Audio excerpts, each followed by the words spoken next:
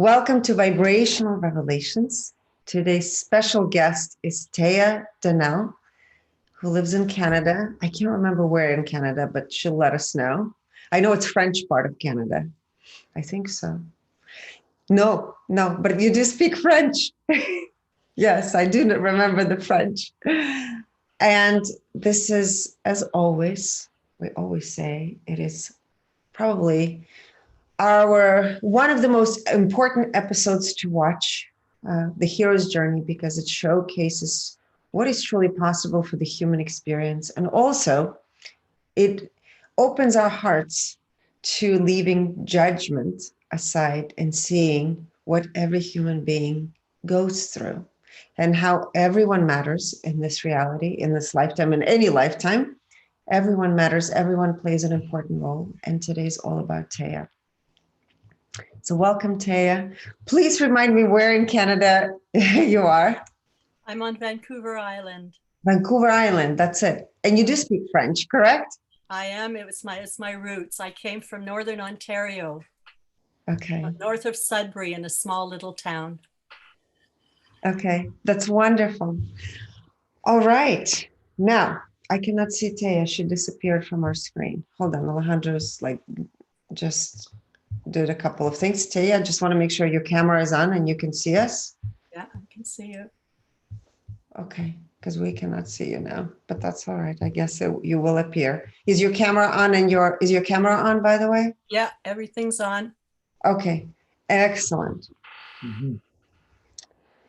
All right, so we'll start with your frequencies and then please share with us. Of course, we're not going to go into the deep emotions. We'll go through your numbers and then you'll be able to share, of course, as much as you feel like sharing in this episode.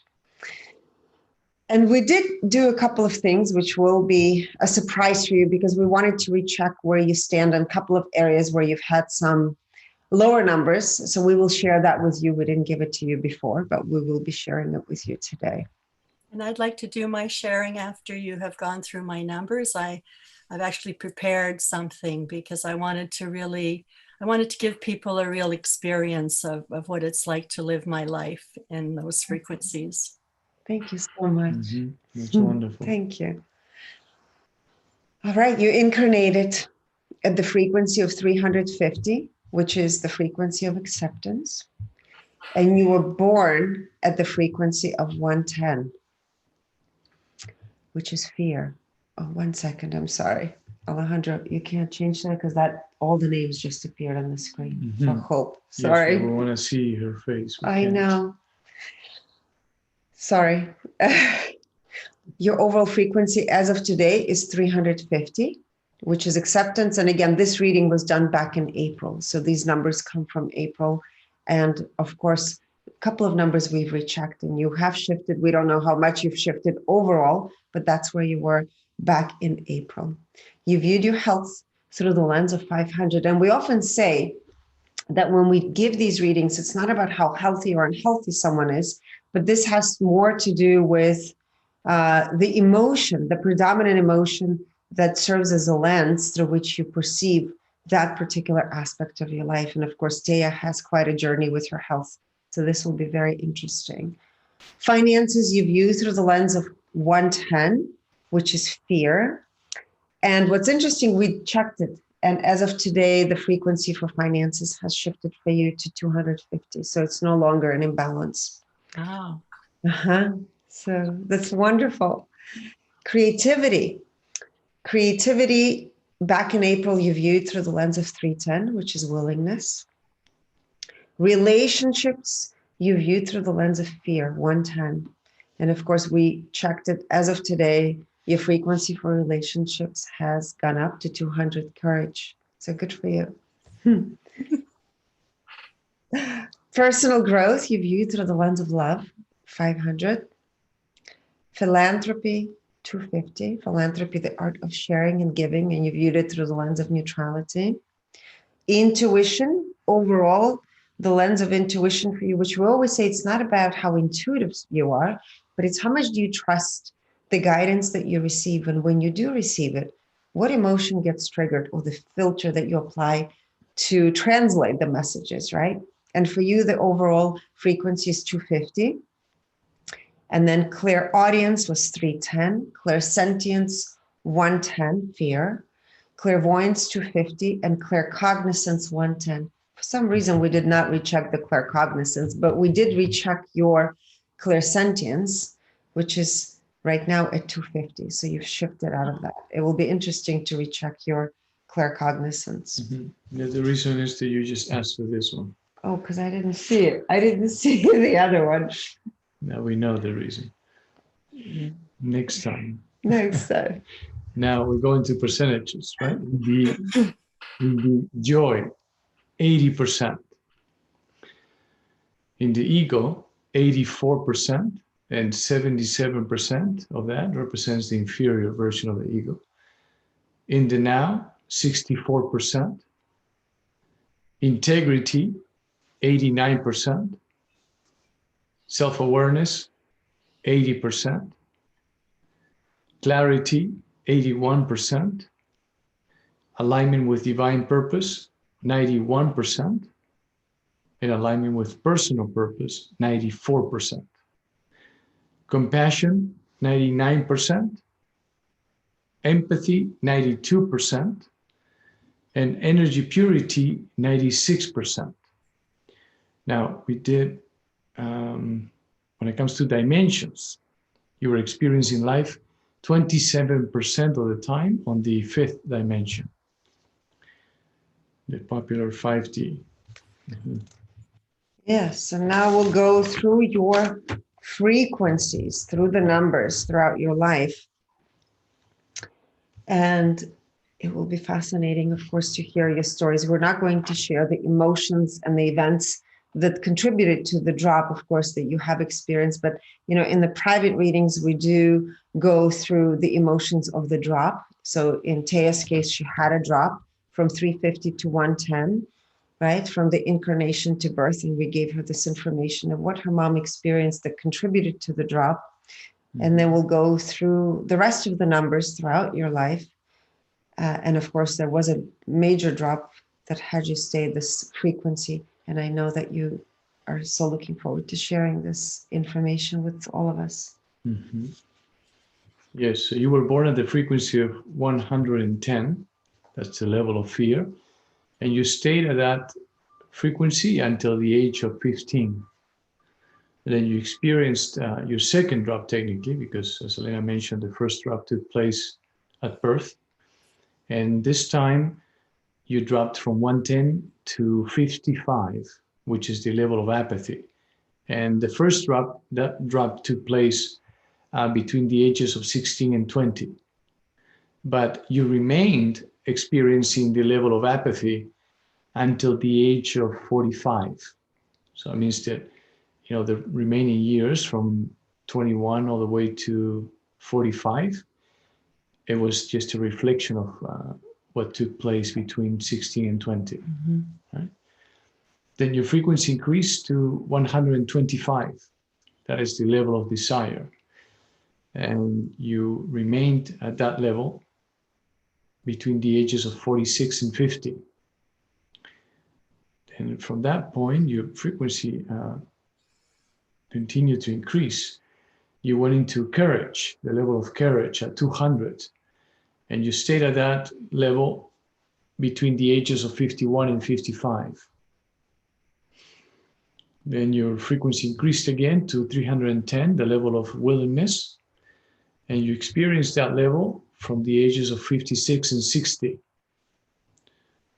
Then your frequency increased again to 350, the level of acceptance. And you experienced that level between the ages of 61 and 64. And until April 19th, you were at 350, the level of acceptance. Yes. It's very possible that your frequency has increased. And people wonder, what is that 50 frequency that we often talk about? And whenever there's massive trauma that occurs in someone's life, and for some people, it might seem like it's not that big of a trauma. Every person experiences trauma in a different way.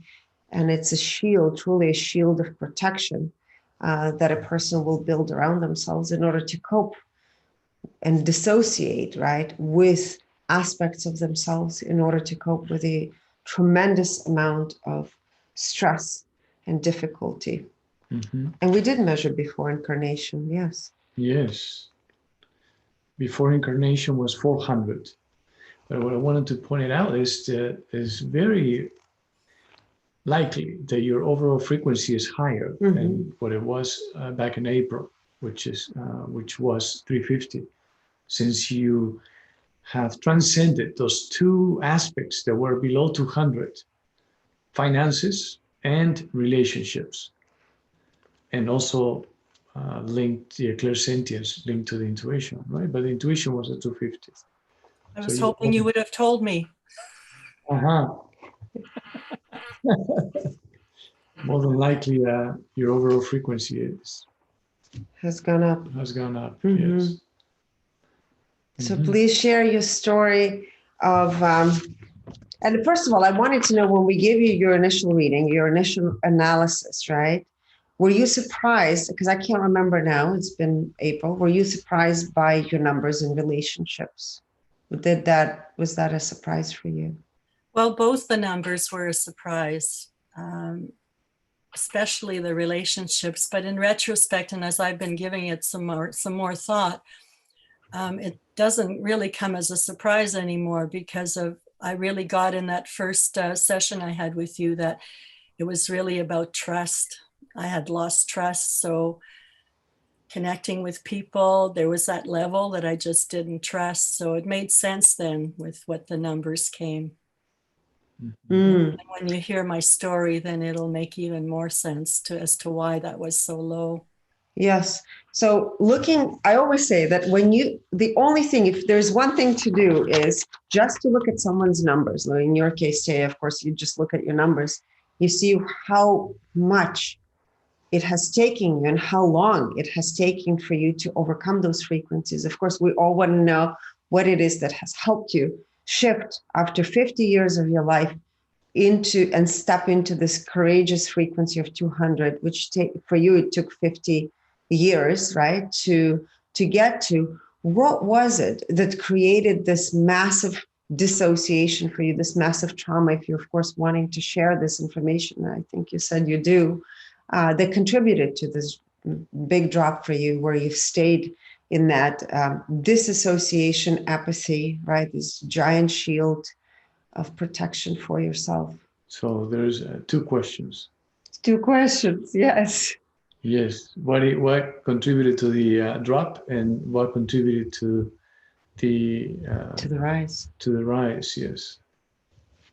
As I read my story, it will unfold. And you'll see exactly what it was, what the actual triggers were that helped to move me to where I am. There are so many gifts that come from adversity. Yes. And I need to mention, in some of the sessions that I've been watching, survival came up for me. And I was thinking, I wonder what survival is, what the frequency of survival is. And after you read my numbers, like, I totally got it. It's apathy.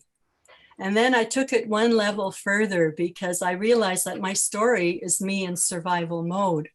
So I had to go and look in the dictionary and really get clear on what the hell is apathy. So this is what I came up with, and I want to just share it with everyone, because it's very important to get that base, So lack of interest, enthusiasm, or concern, lack of motivation and suppression of passion, lack of feeling or emotions, suffering, being numb, state of indifference, surrendering to negative conditions, loss of trust. And as Margaret said in her previous reading, shielding from the pain. So it's a shield that you put around you. And I found out in my little research that it affects more than 10 million American adults, so let alone what it affects people around the world. And the other big word for me was betrayal. When you first talked about betrayal, it's like, well, what is that? What is that? And the best definition I came for that one was when someone you trust lies to you, cheats on you, abuses you, or hurts you by putting their own self-interest first. And then I went, okay, I really get it now. So those were kind of the initial feelings and thoughts, excuse me, thoughts that came through, where I really got to say, okay. And then I started to delve deeper. And then as I knew that you had invited me to do this, this session, for which I was really grateful, because, you know, when someone spends 30 years of their life at the 55 level, it's like, okay, so what is it about that? And I didn't want to just be spontaneous. I wanted to just really focus on that, to give people that experience and to show how we can rise up. So if that's good now, I can just start, and I'll just go through. Feel free. Yes, please. I'm a good communicator and I'm a good writer, and it comes through, and then I can be really, you know, really clear about what I share. So here we go. So birth to 15 years, I was at the 110 level. I was born 6 weeks premature and was immediately placed in an incubator for a period of time with my hands and feet tied so I could not pull out the tubes in my nose. It completely interfered with the bonding process between my mom and I, and subsequently we were never close. I was also not breastfed, which increased the separation. As I grew up, I was a sickly child, and it turned out I was born with a congenital heart disease, which only surfaced when I was 10 years old. I was told then that my life expectancy was around 20, and in order to survive into adulthood, I needed an open heart surgery at age 12. I left my body for the first time during that operation, and I distinctly remember looking down on my body from above the operating table. I was raised in a dysfunctional Acadian French-Canadian family and have native Métis blood in my ancestry, of which I'm very proud. My parents were alcoholics, and we lived in a small town in Northern Ontario. We ended up with 5 kids in the family, and I was the oldest. Thankfully, I got to spend some time living with my grandparents, and those times were some of the best in my life that I can remember. I grew very close to my grandma. Throughout my childhood, I was subjected to inappropriate fondling and emotional abuse lasting for many years, not only from my father, but many other men, including uncles and male teachers, etc. I was suppressed physically, emotionally, and spiritually. Dad was a my way or the highway kind of guy, and I was never allowed to speak my truth. My dad cheated on my mom throughout my childhood, and it caused untold drama and pain in my family, and set me up for unhealthy relationships with men that I attracted throughout my life. I began experimenting with drugs at age 14, and my first trip was on acid. I managed to stay away from needles and cocaine, but tried just about everything else to escape my reality. I could never handle alcohol, as it always made me throw up. And so as I grew older, I focused more on marijuana to escape my reality. It became an ongoing habit, and I even stole money from my parents to feed that habit. When I was 14, going on 15, I began hanging out in bars on occasion, since I looked older than I was and could get away with it. One time I was picked up by a bouncer who took me to his home. I remember waking up from being drugged the next day in an unfamiliar room in a strange bed with no recollection of what had happened while I was there or how I even managed to leave. In retrospect, I believe I came very close to being taken as a human trafficked victim, but somehow my angels or God interceded, and I was spared that horrific experience. I think I had enough going on. So I was ongoingly discriminated against and taunted by my classmates in school because of my French origins. We were looked upon as second-class citizens. It's amazing how people go there. I mean, just from a language basis that they do that. Anyway, during a school trip to Ottawa in grade 9, I was offered drugs by classmates in the hotel we stayed at and raped by a group of 3 or 4 English-speaking boys who afterwards kept calling my home, asking if I was pregnant. To add insult to injury, those guys also threw papers and things at me in school hallways, which was very humiliating, to say the least. At some level, I felt responsible and guilty for everything that happened to me, and I had to deal with all that pain on my own. There was no one in my life I could reach out to support me through any of it. Thank God I was a strong and determined kid, because I managed to get through this period and somehow healed myself and moved on as best as I could. Not long after that period, I was used and abused by a 19-year-old who sodomized me as part of my ongoing intro into sexuality.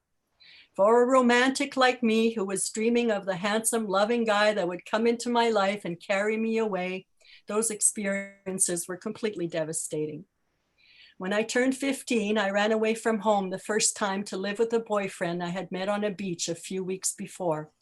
We spent the summer together partying and doing drugs, and when he left to go back to his hometown, I ended up moving in with two bikers I didn't even know. Thankfully, after a few days there, my survival instinct kicked in and guided me to call my grandma. I did listen a bit to my intuition, and I remember instances of it coming through, but I was pretty out of touch. She encouraged me to come back home and finish my high school, which I did. Who knows what would have happened to me if I'd stayed with those guys. My grandmother died shortly after I returned home, and I was brokenhearted as she was the only person I felt who ever truly cared for me. Now, from 16 to 45, I dropped down to 55, and I think this dip was very likely initiated when I lost my grandmother, as I felt more alone than ever when she passed away. I left home for good after finishing high school at 16 and moved away to be close to that boyfriend that I'd spent the summer with the year before. During our 7 tumultuous years together, he was unfaithful on many occasions, which caused a lot of conflict and grief in our personal relationship. We went traveling around the world together for 2.5 years, and he even managed to have an affair during the trip. When that fling ended, we got back together and finished the trip we had started, and we then went our separate ways upon our return to Canada. I remained single for 8 years after the breakup and became self-employed as a desktop publisher, and was always struggling to earn enough money, so there was always worry associated with supporting myself and having enough, although somehow I always managed to get by. My mother passed away at 52 when I was 28. She did not have a happy life. She'd always been fully traumatized by her life with my father, and she was the most fearful and neurotic person I knew. It was around that time that I met Roberto from South Africa, who was living in the US at the time. He had a self-improvement business, and I served as his secretary and assisted with workshops he led throughout the world. 4 years after meeting up, he became my husband, and we had 2 beautiful sons, 6 years apart. 10 years later, we parted ways, and I was left with 2 young children and minimal financial support. By then, they were 4 and 10 at the time. He moved to Europe to live with another woman, and eventually, I regretfully sent my oldest son to live with him, as I could not cope with raising 2 boys on my own. I only realized once I was out of the relationship that he was a narcissist, and he abused me mentally and emotionally. He was what's called a crazy maker. He preached one thing and then did the opposite. He did not walk his talk. He also committed adultery ongoingly during our marriage, which was very hard on my self-esteem. I'd always despised the dynamics between my mom and my dad, and here I was immersed in the very same situation. How the hell did that happen, I often thought. They do say we marry our fathers, and it sure felt like I'd done so. Oh, there was a little aside, there was a little bright lining in between all of these experiences that I had, and I needed to mention it because the 2 people that I met personally, you've actually interviewed. As an aside, Roberto was friends with Jacob Lieberman, who I got to meet in the early 90s and have lunch with. And we also had David Icke in our home overnight during those years when we hosted events at our community center. Interesting how we're all so connected, it's never an accident what happens. So then we move on from age 46 to 50 to the level of desire. This is where it gets really interesting. I got divorced at 47 and moved to Vancouver Island and became self-employed as a massage therapist and worked part-time in a Jamaican restaurant to make ends meet. I smoked pot on and off for many years, and during this time, my coping mechanism took the form of daily doses of cannabis, which became an issue and was partly responsible for what occurred next. At 49, I had a major motor vehicle accident that changed my life forever. My youngest son was also involved in the accident. I was airlifted to Vancouver Hospital in critical condition and was in a coma for 6 days. While I was in a coma, I remember clearly another out-of-body experience. I was resting in a dark room with what felt like an angel at my side, along with all the intravenous equipment. And I could see a lit doorway at the end of the room on the left. I was very peaceful and felt totally taken care of and supported. That experience was so real to me that once I came out of the coma, I was looking all around the ICU room, trying to locate that little room I'd been to, or so I imagine. I couldn't tell. The first thing I saw upon waking up was the state of my body. I had braces and all kinds of things on my leg. I could hardly even see myself. And then the horrific thought came to me that I'd been in an accident, and then the even more drastic realizations that my son had been in the car with me. I was so afraid that he had died and could not fathom how I would ever make it through if he had. He was only 8 years old. Much to my enormous relief, I glanced around me and spotted photos that were pinned to my bed, and immediately saw David, my son, in a hospital bed with a big grin on his face next to my sister. I knew then that he had survived and he was okay. I've never been so relieved in my life. And I cried with joy and was thankful that my sister had had the foresight to put that photo up for me. I sustained serious injuries to my legs, my left arm, and my face was crushed in, and my ribs were broken. I was really a broken mess, and yet there I was in bed, hardly able to move my body or to take care of my basic needs, and I felt a calmness and a peace wash over me, and I've never felt so strong or powerful in my whole life. There was a huge shift that occurred as I surrendered and gave myself to Spirit. I knew then that I would get through this adversity somehow and I would be okay, although I was not sure I would ever walk again. I'm a bionic woman now. I had another surgery a week or so later to fix my broken face, and another 2 more once I returned to Victoria. I think I lost count. I was transferred back to Victoria after a month in Vancouver, and then spent 2 more months in hospital recovering with my son. So that was 3 months in all in hospital. And I remember David visiting me in his wheelchair every few days. He had broken his left arm and leg in the accident as well. I remember fondly having wheelchair races with him in the hallways. After 6 months, I was still awaiting another surgery, which would incapacitate me for another 3 months. And I had to make another heartbreaking decision to let my youngest son go to Europe and join his brother, as I lived alone and had no one to care for him during my recovery period. This was not how I envisaged marriage and family life, and never in a million years did I think I would divorce, let alone be parted from my children. And that's where the level of courage came in, because I think when I had that hit and when I had that car accident, everything just shifted, because I felt stronger than I've ever felt in my life. And there I was at the level of courage. Okay, I can handle this. I can do this. Mm-hmm. So I know without a doubt that the accident propelled me to the level of courage. I worked very hard every day in hospital, in physio, and at home, and managed to slowly get back on my feet and walk again. I was so thrilled. I had to go through intense pain as my left arm and my right leg had atrophied, and they had to be pried open. It was like a definite no pain, no gain kind of scenario, that's for sure. When I came out of hospital, I was waddling like a duck, and I thought to myself, how can I live the rest of my life like that? Through a friend, I met a Heller worker and was gifted 12 sessions by an unknown benefactor. After the 12 sessions, I started to walk straight like a human being again. I was so deeply grateful for the incredible support I received to get back on my own 2 feet. I had started in an electric wheelchair and worked my way out from there to crutches and a cane, and finally freestanding. I was so thankful for that miracle. It reminded me of Manuela when she was sharing, because I had a similar experience to her. I remember standing still in my living room, holding on to my crutches, closing my eyes, having Jesse Cook blasting out of the speakers. And in my mind's eye, I was dancing on both legs and swirling around without any crutches at all. I felt so free in those moments. I had lost the use of my left arm for quite a while after the surgery, and so I started to create jewelry and used it as a tool to regain full function. It worked like a charm, and it also provided me with a new career. At 53, I met Patrick, a guy who over time showed me his passive aggressive side. Again, this stuff going on with men, you know, it's like the story of my life. So there I was at age 56 at the level of willingness.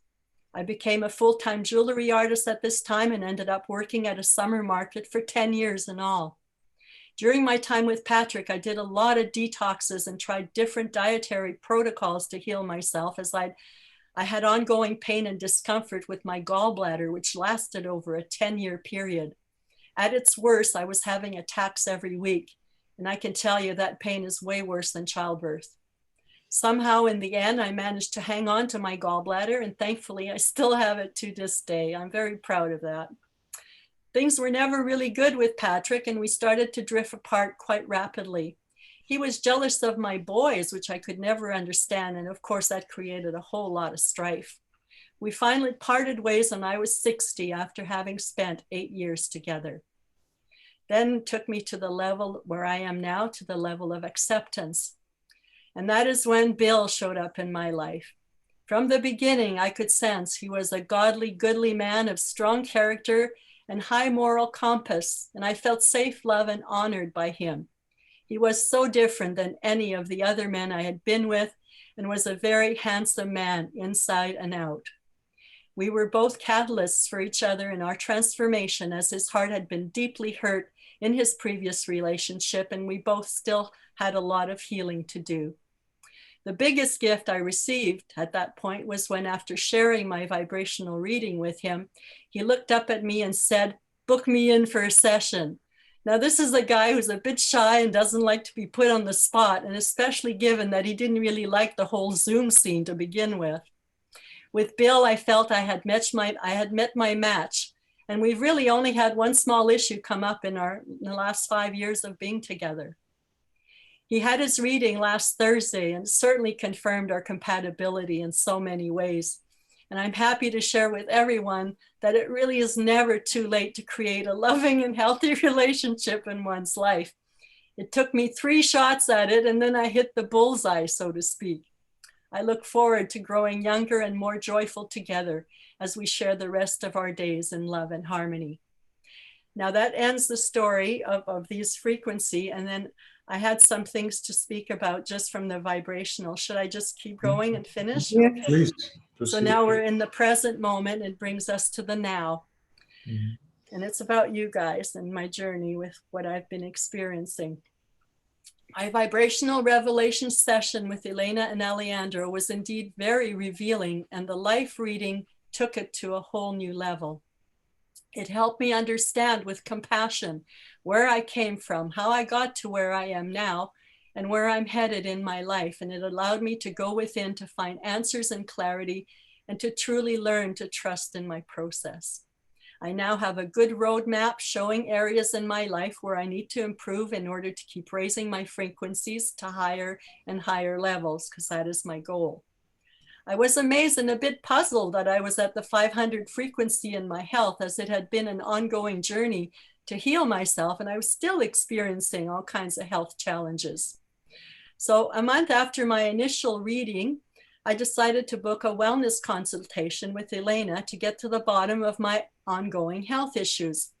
Now, much to my shock and surprise, her consultation uncovered that I was still harboring way too many viruses and toxins, et cetera, that I had no idea were even present. It was kind of discouraging in a way, because I thought I'd come so far, and there I was back to square one again. I thought to myself, how is it possible that I can still be so toxic, especially with everything I do to stay healthy? I've done more detoxing and dietary alterations and taken more supplements in my life than anyone I know. I truly believed I was doing well overall, and boy, was I mistaken. If my body can still be so compromised with everything I do to stay healthy, I thought, what does it say with it about everyone else in my life? You know, that's so bizarre. Anyway, with regards to my ongoing pot habit, I'd been thinking of giving it up for some time, and was waiting for them to do a video on recreational drugs to confirm my inevitable decision. I already knew inside that the numbers for cannabis would be low. And once I confirmed that it was 50, I stopped the very next day and have not smoked now in 4 months. I never did enjoy being dependent on that substance and was so relieved to put an end to it for once and for all. I don't need any crutches anymore, you know. I've been doing Elena's wellness protocol now for the past 9 weeks. And between the work I've done with both of them and the conscious breathing group that I joined 3 months ago, I called it rebirthing in my 20s. I did a fair bit of it and then didn't do it for a long time. I should have kept it going. I've had and continue to have major breakthroughs and insights that are truly freeing my soul and my being at all levels. By doing the connected breathing, I came to the realizations that I've never really known how to breathe for my whole life, which began at birth with the medical intervention that was initially put in place and the suppression and soul fragmentation that I've lived with most of my life. I'm now learning that it is safe to breathe, and most of all, I have found my voice to share my wisdom and knowledge. There's nothing stopping me now as I've reconnected with my soul. Whew. Hey, I did pretty good up till now. Emotions are starting to sneak in now. And I finally come home to myself. I've been a truth seeker all my life, and with Vibrational Revelations, I have finally found a system that shows me nothing but the truth, and for that, I will forever be grateful. I am grateful to Elena and Alejandro and to the community of beautiful, loving souls that I am part of. I love you all so much. I have a little song that I want to sing. Maybe I should just do it now because it was one of the recommendations you made in one of the readings, and it's the Ho'oponopono chant. I love music. It's always played a big part in my life and has always brought me so much joy. And this song is the Ho'oponopono chant. And I just tell you a little briefly, I had learned about it and started doing it. And then I went to Vancouver and visited a friend of mine who's a musician. And we were having a sauna together. And I looked at her and I said, Julie, there's a song I want to share, or there's words I want to share with you, you know, that's supposed to help healing. And it comes from Hawaii. And we're very connected that way. So I spoke the words to her. And then she looked at me and she says, Teya, let's turn it into a song. I went, okay. You know, I thought, well, what kind of song can you make from that, right? Well, man, she blew me away because it was like, I sing it now to myself because I feel music is so powerful. It's always been, I remember words from old songs from way back when. So we invented it right there in the sauna, and she actually went on to record it with her choir. She was doing a choir at the time. So it's even available on the web, on her website. Amazing. So, yeah, so it goes like this. I want to give that to people because I think it's such a powerful, powerful song. So let's see if I can get through it, because sometimes I cry when I sing these things because it does. It's so, so deep and so precious. Okay, deep breath. Okay. I'm sorry, please forgive me. Thank you, I love you. I'm sorry, please forgive me. Thank you, I love you.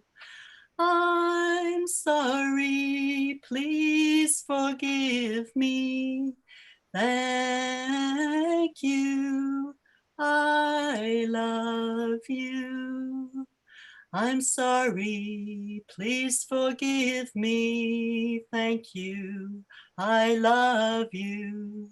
I'm sorry, please forgive me. Thank you, I love you.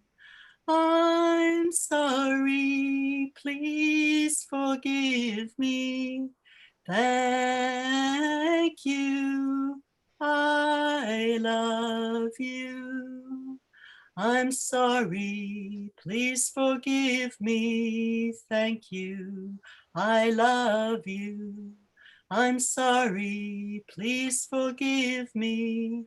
Thank you, I love you. I'm sorry, please forgive me. Thank you, I love you. I love you. I love you.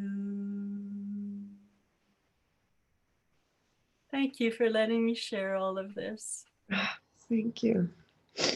I'm Beautiful. crying.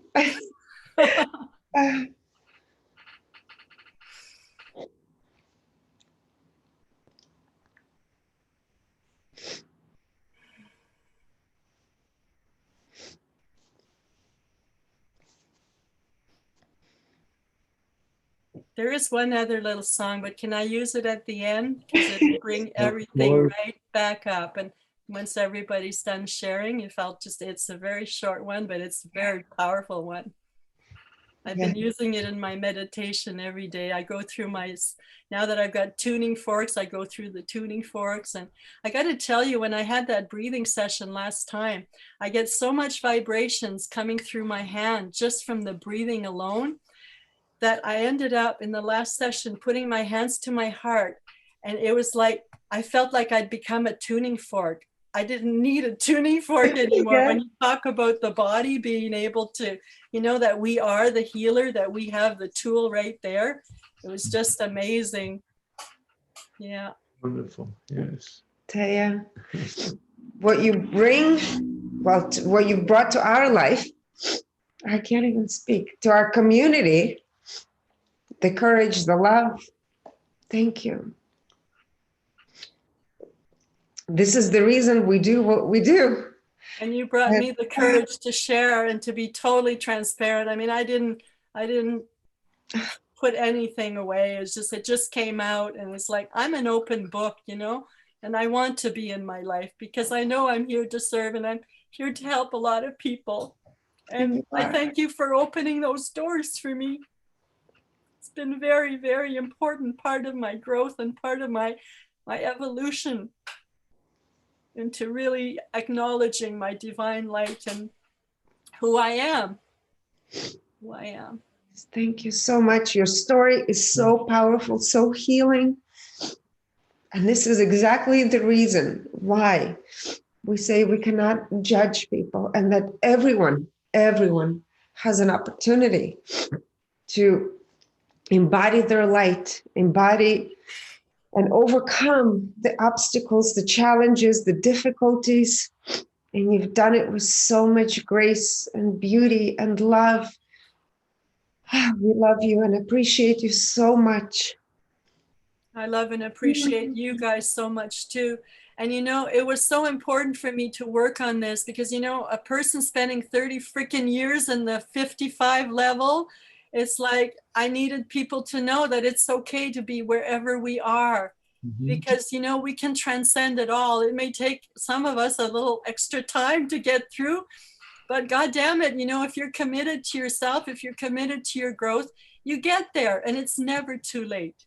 It's never too late. I mean, I even created the man of my dreams.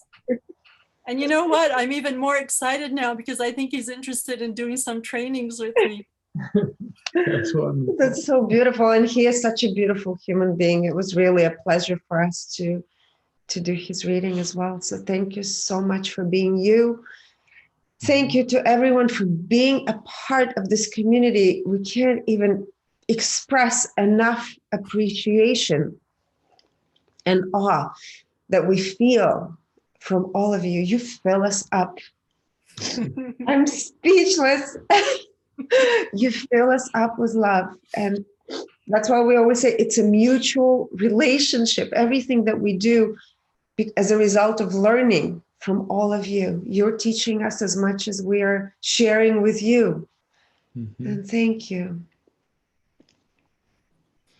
I'm sure people have some questions for you now. So let's open up for some questions. And yes, by the way, you are an amazing writer. Wow. You're an amazing storyteller. Beautifully written and expressed. Thank you so much. Thank you. It really just comes right from my soul. It just, and it's part of me reclaiming my voice, part of me, because I have a lot to share on this planet. Amazing. And I had no idea that you met Jacob. I know, isn't that crazy? And David Icke too. I had him. He slept in my home, for goodness sakes. Oh my gosh. Yeah, this was all Yeah. in the 90s, in the late 90s. And now it's like full circle. You have people that are sharing his stuff too. Amazing. Yeah, yeah. Let's see if you want to take some questions. If anyone has any questions, people are, I think, are deeply touched and inspired. Bring some Tissues, yes, please. Yes, we need tissues. I was holding my tears and then I couldn't hold them anymore. Mhm. So there is a question for you, Teya. Would you like to read it or would you like for me to read it to you? Sutton is asking you.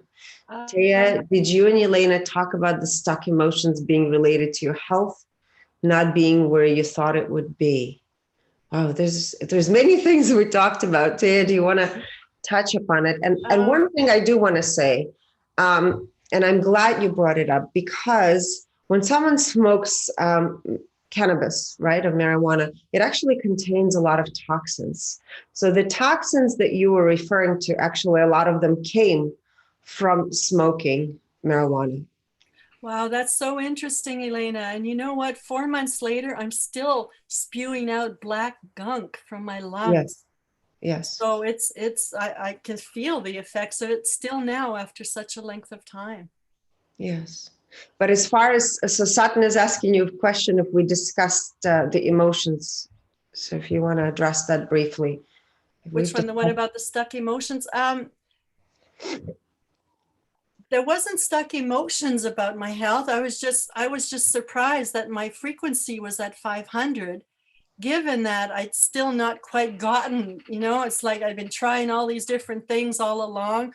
So it's not that I was stuck. It's just that I wasn't as healthy as I wanted to be in spite of everything that I was doing. So I wasn't expecting to see a 500 in that reading. So I don't think that was about stuck emotions. The stuck emotions were more around the physical and the abuse and Right. all of that, and the birth trauma as well with everything that was going on. Yes. Yes. It was related more to your relationships overall, and of course to how you relate to how you truly related to yourself. And health, this is why we always say it's not about how healthy or unhealthy someone is, but it's more about what is the emotion connected to it. And for you, it was the love, right? You loved everything related to health aspect, the body, mind, and soul. This is why you were on this journey of working on yourself for so long. And therefore it was a loving relationship for you, but it's not an indication, right, of health. Yeah, it was the commitment also to find the answers to solve that puzzle. So what is it that's holding me back? Yes. Yeah. That's correct. Let's see, any other questions? Let's see. People are just touched by you. Are you seeing all the feedback people are writing? Yes. Yeah. Robert is asking you a question, Teya, about ayahuasca, if you've done it at one point. No, I never did ayahuasca. My ex did ayahuasca, the father of my children. And I got to tell you that I felt that was responsible for the breakup even of our marriage, although it was meant to go in that way. But at one point, I looked at him at one point and I thought, who are you? It almost, you talk about entities taking over. As you were sharing about the ayahuasca, I thought to myself, I wonder if he was taken over by entities, because he was not the same man. There was something weird going on and I couldn't pinpoint. I couldn't put my finger on it. Mm-hmm. Yes. Leanne is asking you, how are your relationships with your siblings? Did you have any support from them over your journey? Well, I left home at such a young age. I left home at 16 and I was the oldest.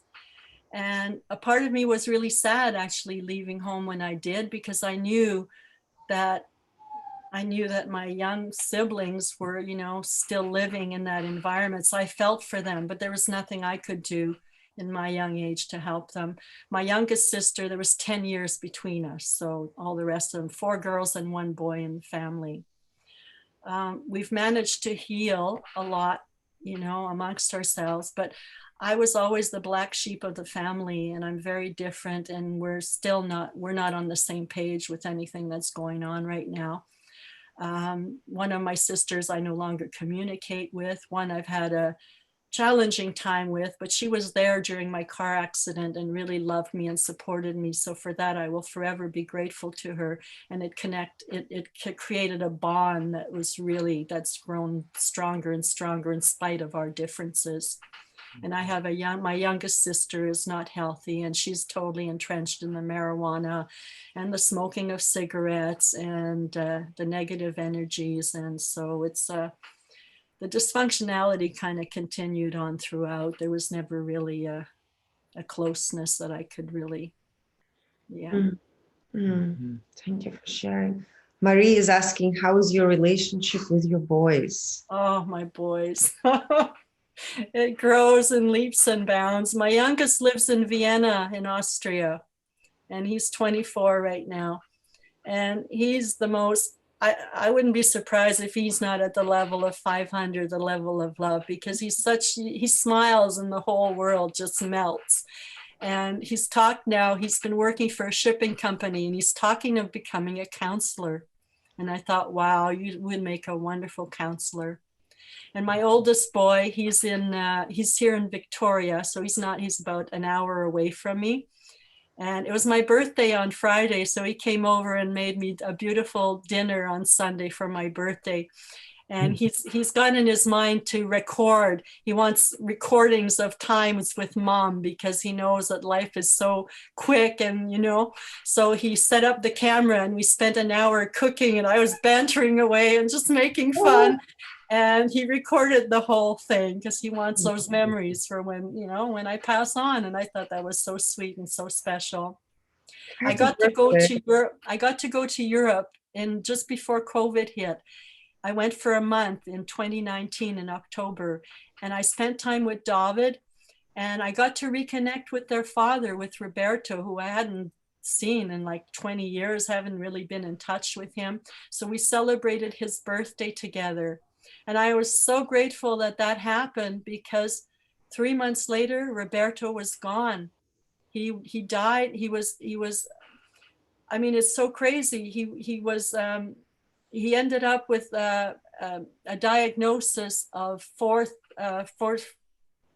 losing my words now. He was at the tail end of pancreatic or liver cancer. And he didn't even know he had it. And so by December, he was gone. Wow. So there was a huge healing that happened there. And the boys ended up having to go and spend a bit of time there and stuff like that. It really hit me hard emotionally, but it was such a release as well. And just the thankfulness that we had managed to spend some time. But so out of the ordinary. Life is like that, isn't it? I mean, it's just, you just never know. So you got to take the chance. You got to take the chance to heal all of those things, because sometimes, man, you just never know what's going to happen. And before you know it, people are gone, and that's it. I think it's so beautiful. Your son recorded you. I wish I was recording my mom. My mom passed away 4 years ago, and I so wish I had videos of her. And I miss it, right? I miss her so much. So that's wonderful. After his father died, my oldest, they had done some recordings from the family and stuff. I think Roberto had his 70th birthday, and they did a whole life thing of his. And so when Simon saw his dad go so quickly, he ended up coming to me and said, Mom, we need to do some videos. So that wasn't the first one that we did. I did one of speaking about my life and just sharing. And I showed him some things also in my life, and he read what I'd been through, and he looked at me and said, wow, Mom, I never realized you went through so much. But he's on it, and he wants to have the recordings, and I'm a very playful soul, and so I'm game. I'm a bit of a ham, and I think I like being in front of the camera. Oh, how wonderful. Sutton is asking you, what do you think broke your pattern of unhealthy relationship with men? Like, you mean broke, Sutton, are you talking about like choosing healthier relationships, or what are you referring to? Yeah, what Healthier. helped us to stop Stop actually that. experiencing the same. Yes. Yes. Okay. Yes. So you chose a healthier relationship. Well, I really think the car accident shifted me into a whole different dimension. Like it really did. I was more free flowing. I was easygoing. And when I first met Bill, I mean, I met him online, and there he was with a freaking dog in his hands. But when I looked beyond, because I'd never had a dog, I always had cats when I was younger. So I looked beyond that, and there was like crystals in the back of him. And I didn't let the visual of what I saw get in my way. And so we started to dialogue, and I thought, there's something to this guy. And then we had a quick phone conversation, and I really got how kind he was and how generous. He was taking care of his neighbor who was in his 90s. He would go and get shopping for him, and he was feeding him dinner. And he was into crystals, and he was a rock hounder. And in that moment, I'd never done that before, but I invited him to have tea with me in my home. And I was living with the other guy still at the time, and because I hadn't managed to get the hell out yet. And so he shows up in my home, and I have crystals of my own, and things just opened up. And I remember driving with him in the car, and I looked up at his face, and I went, I could feel the kindness. I could feel, he was really showing me who he was. And I kind of got in my gut that day, I got, I think I'm going to be with him for the rest of my life. And it just, he was there. He helped me pack. He was there even with Patrick in the same room. I mean, this guy had guts, to just be there. And I hadn't even quite, cleared out the space. And I knew I didn't want to move in with him right away. I thought that would be way too fast. So what I did is I moved out into an apartment kind of halfway, because I live in Souk, and I was in Victoria before. So I found a little place that we could just meet in halfway. He supported me and helped me to pay the rent there. So I would go to work at Bastion Square doing my jewelry. He was coming out to his home because he was doing some renovations and making room for me for down the road. And so we'd meet there, and we did that for a year. And then after the year, the space was all complete and everything was a go. I moved in all my stuff, and I've been here ever since. That's beautiful. That's beautiful. So I changed my focus, and I didn't look at just the surface. I went deep, and I really listened to what he was presenting and to what he shared. And I could feel his heart. And we're so similar. I mean, he's at 310 and I'm at 350. And all the way along, it's very similar numbers. He's a little healthier in the finances and relationship, which I thought, well, that's really good because he can help me to. But I was so thrilled to hear that I've raised those numbers. Like, wow, that was quite something. Yes. And people are asking, what do you think has helped you shift now that you know your new numbers? Of course, we didn't give all of them to you, but the couple that you have shifted, what do you think has helped shift? The conscious breathing has been a huge player in what I've been doing, because I've been now 3 times. I've had a session almost once every month. I think the detoxing, it's like I'm detoxing at all levels. And I also really took your practices to heart. I do my affirmations every day on my mini trampoline. I'm healthy, I'm strong, I'm courageous. And I just go through it for 10 minutes. And I started to meditate again and to use the tuning forks. I was introduced to the tuning forks at the breathing session. And I thought, oh, I got to get me some of those. I came home and immediately ordered them. I was so thrilled to hear the numbers when you actually did the readings on them. So I've been working with them every day, and I just wash my whole body. I have a bit of an issue with my knee still because I am a bionic woman. I have a lot of metal in me. So I focus the tuning forks on there. So I've just built up a meditative environment. I start off my day with that. I put a coil of golden light around me to protect me. And I think that that's what shifted the levels, and to really realize my value and my being able to trust that, I can share with people and I can be open. So all of that in combination, I think, has taken me. And when you said finances 250, I actually thought of that the other day, Alejandro. I thought, I bet you my finances have probably gone to 250. I mean, that number just came in, and when you said it, I went, oh my God. Oh, wow. That is something, and it goes to show how quickly we can shift. I would love to know what my overall frequency is now, because my mindset is different. And I'm a love and light beamer. I'm really just, I'm putting it out there without even thinking about it, because it was always there. And like you said, those numbers that I had at 500, they're my strength. And so I'm tapping into it. And that's why it was so fun cooking with my son, because it's about health, right? So I was in my, I wouldn't be surprised that I'll get to my joy very quickly in that arena. Yes. Because we had so much fun, it was great. Thank you so much for sharing. Any other questions?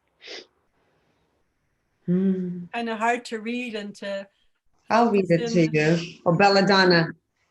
Is there a frequency reading that would tell of our overall health? That wouldn't be a frequency reading, Belladonna. It would actually be a quantum analysis. This is where I would look into your health. So it wouldn't be from a frequency perspective, because frequency, we're looking at emotions, right? The scale of consciousness is based on emotions. But quantum analysis, actually, Teya was a witness. Angela is here. We did her quantum analysis. So you know exactly what it entails. It's quite extensive. It takes a lot of work to do. So that will tell you exactly where you stand on all kinds of different levels. So, yes. Yeah, that quantum analysis, I was really blown away with the information and just the insights, and everything that you shared is like, wow, you're amazing, Elena. Thank you. Thank you. But that's the part that will give you answers to your health. But frequency does not, because it's only looking at emotions. Oh, there's Lady D. Angela. Highly recommend to have quantum done. Life changer. Yes, Angela. Angela is the medium, psychic medium.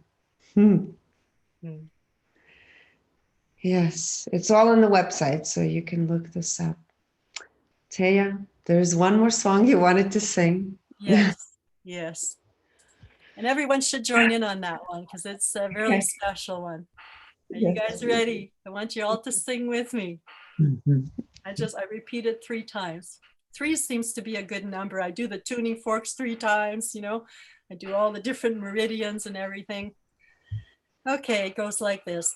Hang on, I just need a bit of water.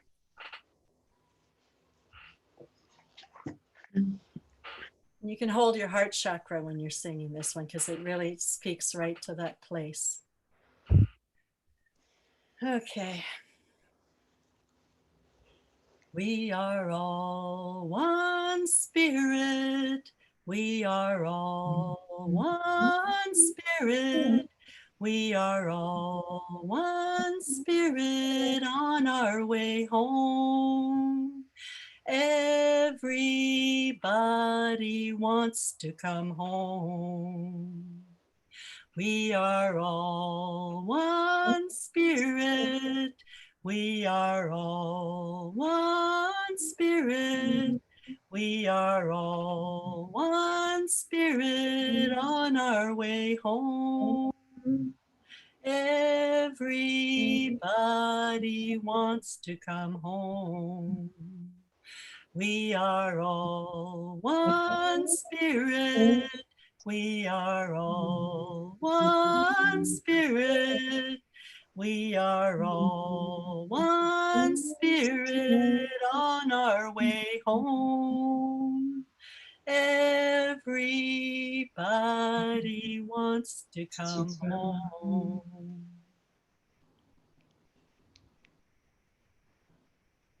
Thank you.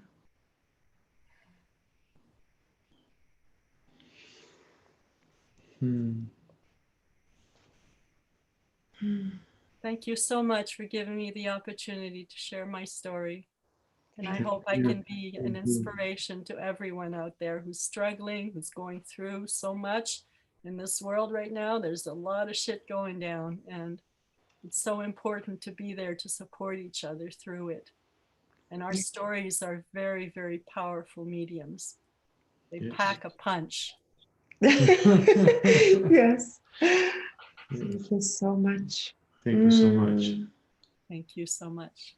Mhm.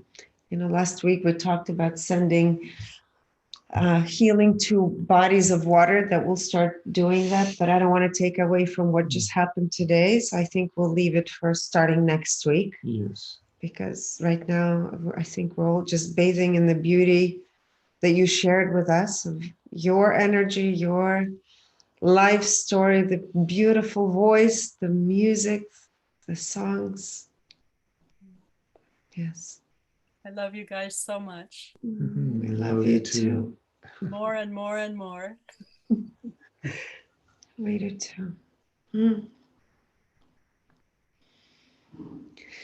You know, imagine if we all unite, as many people as possible here on this platform, and for people to really be able to truly hear one another.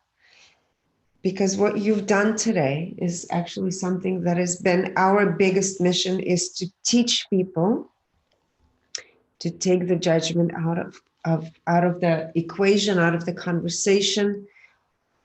And yes, thank you. Thank you for reminding everyone here about truly what's important. I'm reading the sideline and everybody's crying. Well, you know, when I sing my songs, I always have tears, it seems. It just starts to flow. So I'm glad I can make people cry, because it's such a gift to cry. Yes. People hold back so much. And for me, I cry when I'm happy. I cry when I'm sad. And it's part of the flow. You need to keep that energy going and just get it out there. So, yeah. Like a spiritual cleansing. I'm happy to be touching people in that way. So your tears are very welcome. Thank you. I cry a lot too. I cry when I laugh and when I'm deeply touched. Yes. It's us water signs, Elena. Yes. Yes. Tanya says your journey should be a book. Yes, please. I will consider that very seriously. The adventures of Teya. The hero's journey, Teya's hero's journey. Tanya wants to know what your sign is, Teya. I'm a Cancer. I had my birthday on Friday, July 2nd. Yes. Happy birthday, Teya. Thank you. Many blessings to you this year. Health, love, joy. It's all happening. I can feel it just pouring in. Yeah, I'm taking it to a whole different level now, and I'm ready. Yes. I'm ready to take in life and to get, like my affirmation says, and the one that I've been saying since the first, I am worthy of the very, very best that love and life have to offer me. And I want to embody that. And you do. And you do. Beautiful. Yes. Let's see. I think you're much appreciation for the whole community. I'm just reading some of the comments. So yes. Thank you. Thank you all for being here with us. I think I left them speechless, Elena. You did. You did. Oh. If any of you would love to share your stories, of course, if we didn't ask you, please let us know. As you can see, everyone matters. Every story is important.